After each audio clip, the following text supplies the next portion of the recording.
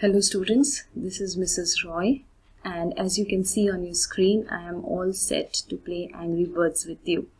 You must be wondering why Miss is playing this game with us, because you all know about this game and it was launched during 2009, and by now you must have achieved some milestones also.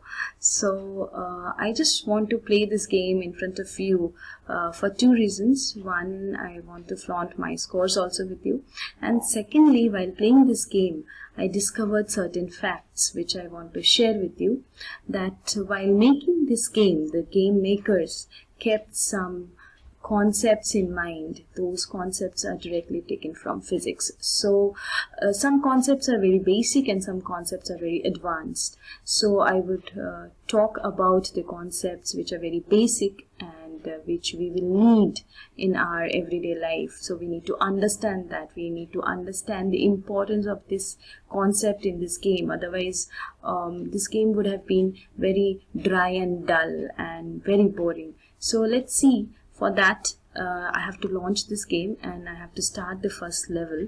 So I have started the first level, and you can see I had 3 birds and 1 target, as you can see the result, that I'll go to the next level very easily. So I've scored very well. Please do not see my score. Okay, now here you can see that there are 4 targets and 3 of them being at the same level. 1 is at little higher level. Now let me see how many birds have been given to me. 1, 2, 3, 4, 5. 5 birds are there. So I have to take those 4 targets with using these 5 birds.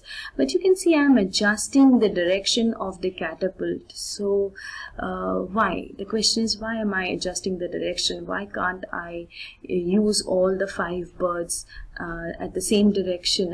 Why can't I launch all the 5 birds at the same direction and the same impact point? The reason behind it is that since all the targets are not at the same level, so if I do not change the direction, it will only hit at one place. Now see here, I could only break 3 targets, so 1 is still pending. So if my next bird I don't change the direction, it won't hit the higher target, right? So for this game, direction is as important as number of birds. So number of birds equal to direction. If I do not consider the direction, number of birds won't help me. So both are equally important over here. So I can go on and on with this game, but then I want to proceed.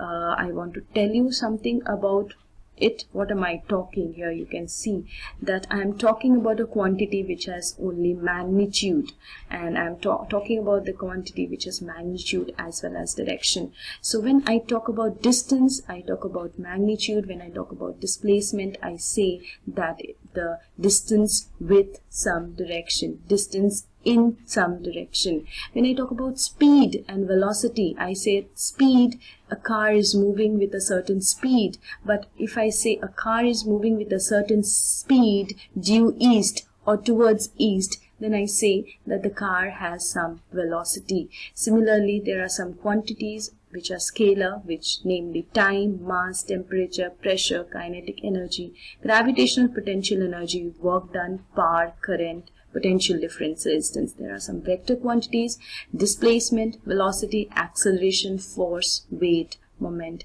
Here you can compare mass and weight as well. That when we talk about mass, we talk only about the matter present in a body. But when we talk about weight, we say it's the gravitational pull on the body. So what are we saying? We are saying, and we all know that gravitational pull is downwards. So we are talking about a direction over here, right? So when we are talking about speed, here again you can see the car is going, it shows that it is going in one direction, and the below diagram you can see that it has been given a direction. So velocity has a direction, so we say it's a vector quantity. So this is all about scalar and vector quantity. So you are requested to access the below Google form link, which is MCQ, and answer it. You can see your scores as soon as you submit it. And if you have any doubt about it, you can ask it to me regarding during our next class.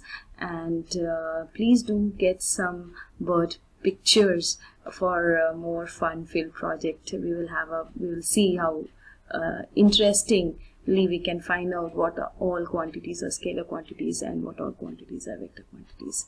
Thank you.